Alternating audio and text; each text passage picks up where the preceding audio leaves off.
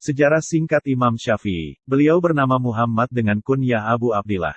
Nasab beliau secara lengkap adalah Muhammad bin Idris bin Al-Abbas bin Utsman bin Syafi'i, bin As-Saib bin Ubaid bin Abdu Zaid bin Hashim bin Al-Muttalib bin Abdu Manaf bin Kusyai. Nasab beliau bertemu dengan nasab Rasulullah pada diri Abdu Manaf bin Kusyai. Dengan begitu, beliau masih termasuk sanak kandung Rasulullah karena masih terhitung keturunan paman jauh beliau, yaitu Hashim bin Al-Muttalib. Bapak beliau, Idris, berasal dari daerah Tibalah, sebuah daerah di wilayah Tihamah di jalan menuju ke Yaman. Dia seorang yang tidak berpunya. Awalnya dia tinggal di Madinah lalu berpindah dan menetap di Askolan, kota tepi pantai di wilayah Palestina, dan akhirnya meninggal dalam keadaan masih muda di sana. Syafi'i, kakek dari kakek beliau, yang namanya menjadi sumber penisbatan beliau, Syafi'i, menurut sebagian ulama adalah seorang sahabat sigar, junior Nabi. As-Saib, bapak Syafi'i, sendiri termasuk sahabat kibar, senior, yang memiliki kemiripan fisik dengan Rasulullah. Dia termasuk dalam barisan tokoh musyrikin Quraisy dalam Perang Badar. Ketika itu dia tertawan lalu menebus sendiri dirinya dan menyatakan masuk Islam. Para ahli sejarah dan ulama nasab serta ahli hadis bersepakat bahwa Imam Syafi'i berasal dari keturunan Arab murni. Imam Bukhari dan Imam Muslim telah memberi kesaksian mereka akan kevalidan nasabnya tersebut dan ketersambungannya dengan nasab Nabi. Kemudian mereka membantah pendapat-pendapat sekelompok orang dari kalangan Malikiyah dan Hanafiyah yang menyatakan bahwa Imam Syafi'i bukanlah asli keturunan Quraisy secara nasab, tetapi hanya keturunan secara wala saja. Adapun ibu beliau, terdapat perbedaan pendapat tentang jati dirinya. Beberapa pendapat mengatakan dia masih keturunan Al-Hasan bin Ali bin Abu Talib, sedangkan yang lain menyebutkan seorang wanita dari kabilah Azadiyah yang memiliki kunyah Ummu Habibah. Imam An-Nawawi menegaskan bahwa ibu Imam Syafi'i adalah seorang wanita yang tekun beribadah dan memiliki kecerdasan yang tinggi. Dia seorang yang faqih dalam urusan agama dan memiliki kemampuan melakukan istinbat. Beliau dilahirkan pada tahun 150 Hijriah. Pada tahun itu pula, Abu Hanifah wafat sehingga dikomentari oleh Al-Hakim sebagai isyarat bahwa beliau adalah pengganti Abu Hanifah dalam bidang yang ditekuninya. Tentang tempat kelahirannya, banyak riwayat yang menyebutkan beberapa tempat yang berbeda. Akan tetapi, yang termasyhur dan disepakati oleh ahli sejarah adalah kota Gaza, sebuah kota yang terletak di perbatasan wilayah Syam ke arah Mesir. Tepatnya di sebelah selatan Palestina. Jaraknya dengan kota Askolan sekitar 2 farsah. Tempat lain yang disebut-sebut adalah kota Askolan dan Yaman. Ibnu Hajar memberikan penjelasan bahwa riwayat-riwayat tersebut dapat digabungkan dengan dikatakan bahwa beliau dilahirkan di sebuah tempat bernama Gaza di wilayah Askolan. Ketika berumur 2 tahun, beliau dibawa ibunya ke negeri Hijaz dan berbaur dengan penduduk negeri itu yang keturunan Yaman karena sang ibu berasal dari kabilah Asdiyah, dari Yaman. Lalu ketika berumur 10 tahun, beliau dibawa ke Mekah, karena sang ibu khawatir nasabnya yang mulia lenyap dan terlupakan. Di Mekah, Imam Syafi'i dan ibunya tinggal di dekat Syibu al-Khaif. Di sana, sang ibu mengirimnya belajar kepada seorang guru. Sebenarnya ibunya tidak mampu untuk membiayainya, tetapi sang guru ternyata rela tidak dibayar setelah melihat kecerdasan dan kecepatannya dalam menghafal. Imam Syafi'i bercerita, di Al-Kutab, sekolah tempat menghafal Al-Quran, saya melihat guru yang mengajar di situ membacakan murid-muridnya ayat Al-Quran, maka aku ikut menghafalnya. Sampai ketika saya menghafal semua yang dia diktekan, dia berkata kepadaku, tidak halal bagiku mengambil upah sedikit pun darimu. Dan ternyata kemudian dengan segera guru itu mengangkatnya sebagai penggantinya, mengawasi murid-murid lain, jika dia tidak ada. Demikianlah, belum lagi menginjak usia balik, beliau telah berubah menjadi seorang guru. Setelah rampung menghafal Al-Quran di Al-Kutab, beliau kemudian beralih ke Masjidil Haram untuk menghadiri majelis-majelis ilmu di sana. Sekalipun hidup dalam kemiskinan, beliau tidak berputus asa dalam menimba ilmu. Beliau mengumpulkan pecahan tembikar, potongan kulit, pelepah kurma, dan tulang unta untuk dipakai menulis. Sampai-sampai tempayan-tempayan milik ibunya penuh dengan tulang-tulang, pecahan tembikar, dan pelepah kurma yang telah bertuliskan hadis-hadis Nabi. Dan itu terjadi pada saat beliau belum lagi berusia balik. Sampai dikatakan bahwa beliau telah menghafal Al-Quran pada saat berusia 7 tahun, lalu membaca dan menghafal kitab Al-Muwatta, karya Imam Malik pada usia 12 tahun sebelum beliau berjumpa langsung dengan Imam Malik di Madinah. Beliau juga tertarik mempelajari ilmu bahasa Arab dan syair-syairnya. Beliau memutuskan untuk tinggal di daerah pedalaman bersama suku Hujail yang telah terkenal kefasihan dan kemurnian bahasanya, serta syair-syair mereka. Hasilnya, sekembalinya dari sana beliau telah berhasil menguasai kefasihan mereka dan menghafal seluruh syair mereka, serta mengetahui nasab orang-orang Arab, suatu hal yang kemudian banyak dipuji oleh ahli-ahli bahasa Arab yang pernah berjumpa dengannya dan yang hidup sesudahnya. Namun, takdir Allah telah menentukan jalan lain baginya. Setelah mendapatkan nasihat dari dua orang ulama, yaitu Muslim bin Khalid As-Zanji mufti kota Mekah, dan Al-Husain bin Ali bin Yazid agar mendalami ilmu fikih, maka beliau pun tersentuh untuk mendalaminya dan mulailah beliau melakukan pengembaraannya mencari ilmu. Beliau mengawalinya dengan menimbanya dari ulama-ulama kotanya, Mekah, seperti Muslim bin Khalid, Daud bin Abdurrahman al-Attar, Muhammad bin Ali bin Syafi, yang masih terhitung paman jauhnya, Sufyan bin Uyainah ahli hadis Mekah, Abdurrahman bin Abu Bakar al-Maliki, Said bin Salim, Fudail bin Iyad, dan lain-lain. Di Mekah ini, beliau mempelajari ilmu fikih, hadis, lugho, dan muwatta Imam Malik. Di samping itu beliau juga mempelajari keterampilan memanah dan menunggang kuda sampai menjadi mahir sebagai realisasi pemahamannya terhadap ayat 60 surat Al-Anfal. Bahkan dikatakan bahwa dari 10 panah yang dilepasnya, 9 di antaranya pasti mengena sasaran. Setelah mendapat izin dari para syekhnya untuk berfatwa, timbul keinginannya untuk mengembara ke Madinah, Dar as-Sunnah, untuk mengambil ilmu dari para ulamanya. Terlebih lagi di sana ada Imam Malik bin Anas, penyusun Al-Muwatta. Maka berangkatlah beliau ke sana menemui sang imam. Di hadapan Imam Malik, beliau membaca Al-Muwatta yang telah dihafalnya di Mekah, dan hafalannya itu membuat Imam Malik kagum kepadanya. Beliau menjalani mulazomah kepada Imam Malik demi mengambil ilmu darinya sampai sang imam wafat pada tahun 179. Di samping Imam Malik, beliau juga mengambil ilmu dari ulama Madinah lainnya seperti Ibrahim bin Abu Yahya, Abdul Aziz Ad-Darawardi, Ataf bin Khalid, Ismail bin Ja'far, Ibrahim bin Sa'd dan masih banyak lagi. Setelah kembali ke Mekah, beliau kemudian melanjutkan mencari ilmu ke Yaman. Di sana beliau mengambil ilmu dari Mutarif bin Mazin dan Hisham bin Yusuf Al-Qadi, serta yang lain. Namun, berawal dari Yaman inilah beliau mendapat cobaan satu hal yang selalu dihadapi oleh para ulama, sebelum maupun sesudah beliau. Di Yaman, nama beliau menjadi tenar karena sejumlah kegiatan dan kegigihannya menegakkan keadilan, dan ketenarannya itu sampai juga ke telinga penduduk Mekah. Lalu, orang-orang yang tidak senang kepadanya akibat kegiatannya tadi mengadukannya kepada Khalifah Harun ar-Rasyid. Mereka menuduhnya hendak mengobarkan pemberontakan bersama orang-orang dari kalangan Alawiyah. Sebagaimana dalam sejarah, Imam Syafi'i hidup pada masa-masa awal pemerintahan Bani Abbasiyah yang berhasil merebut kekuasaan dari Bani Umayyah.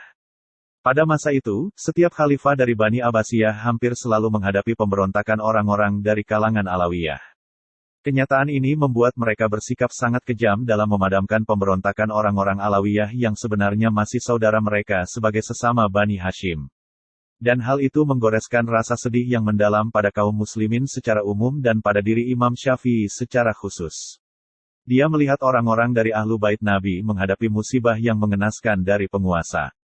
Maka berbeda dengan sikap ahli fikih selainnya, beliau pun menampakkan secara terang-terangan rasa cintanya kepada mereka tanpa rasa takut sedikit pun, suatu sikap yang saat itu akan membuat pemiliknya merasakan kehidupan yang sangat sulit.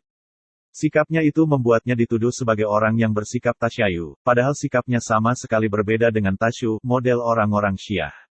Bahkan Imam Syafi'i menolak keras sikap tasyu, model mereka itu yang meyakini ketidakabsahan keimaman Abu Bakar, Umar, serta Utsman, dan hanya meyakini keimaman Ali, serta meyakini kemaksuman para imam mereka.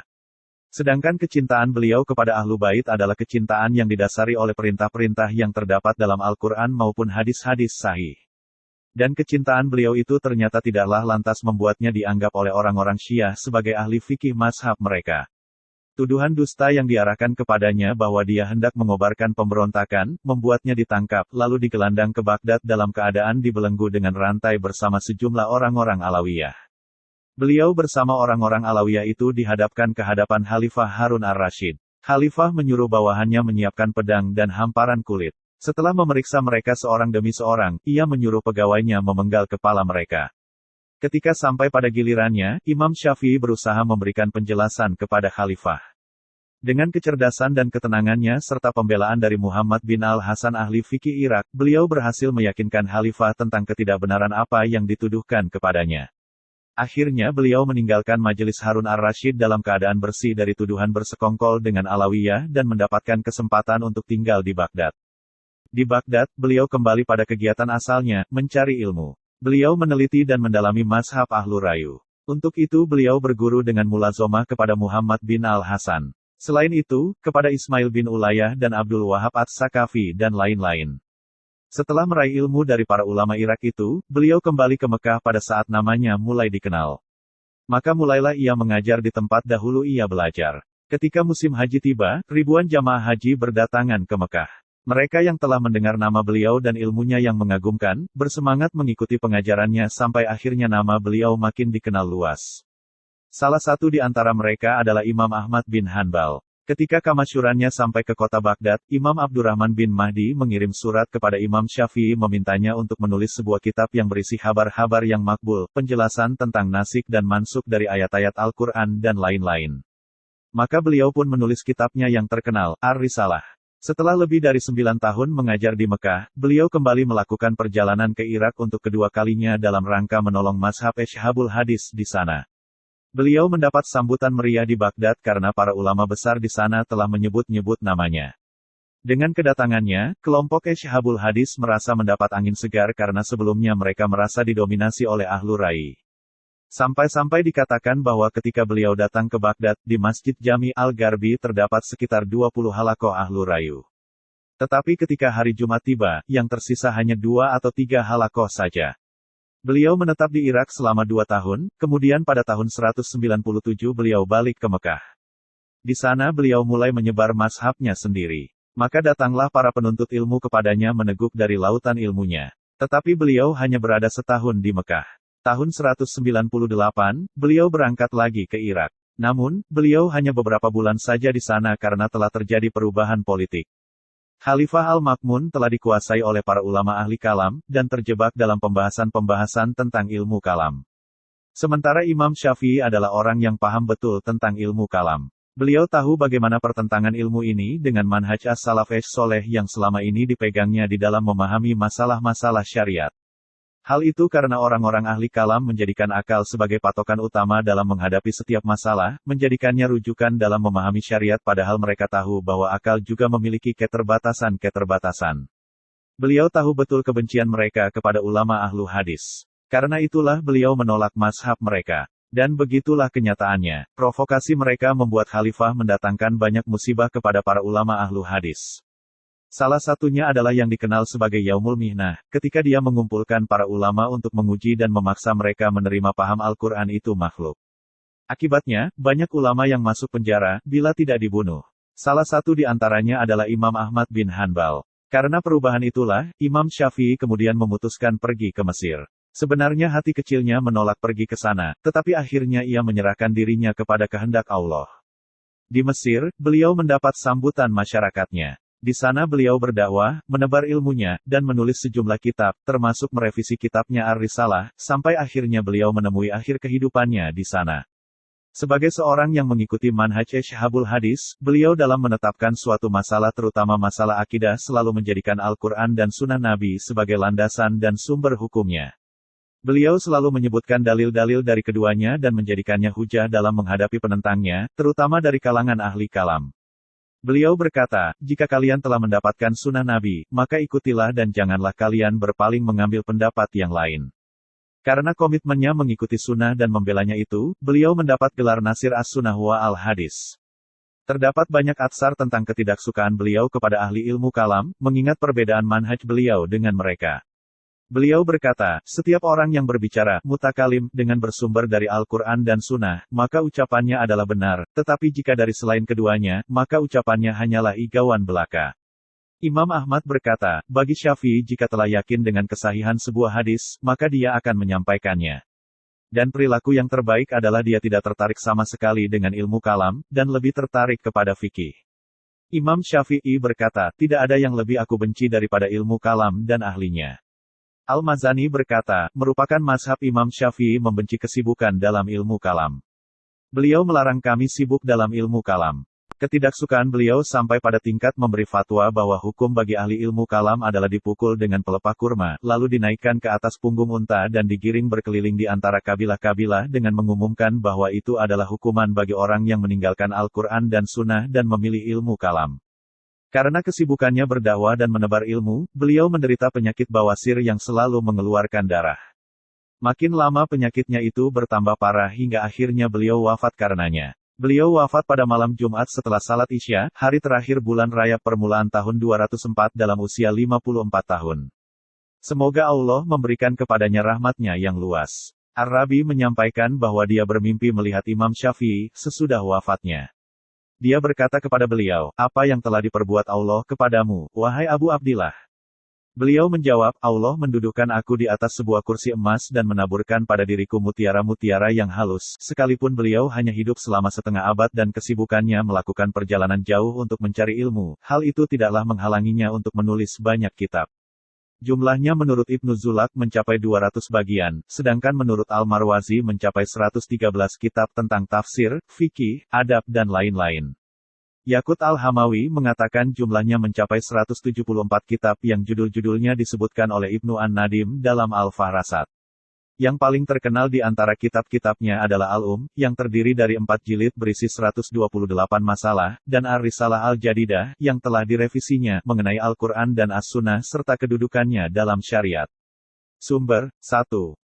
Bagian Muqaddimah halaman 3-33. 2. Siyar A'lam An-Nubala. 3. Manhaj Akidah Imam Asy-Syafi'i. Terjemah kitab Manhaj Al-Imam Asy-Syafi'i, fi Itsbat Al-Aqidah karya Muhammad A. W. Al-Aqil terbitan Pustaka Imam Asy-Syafi'i, Cirebon.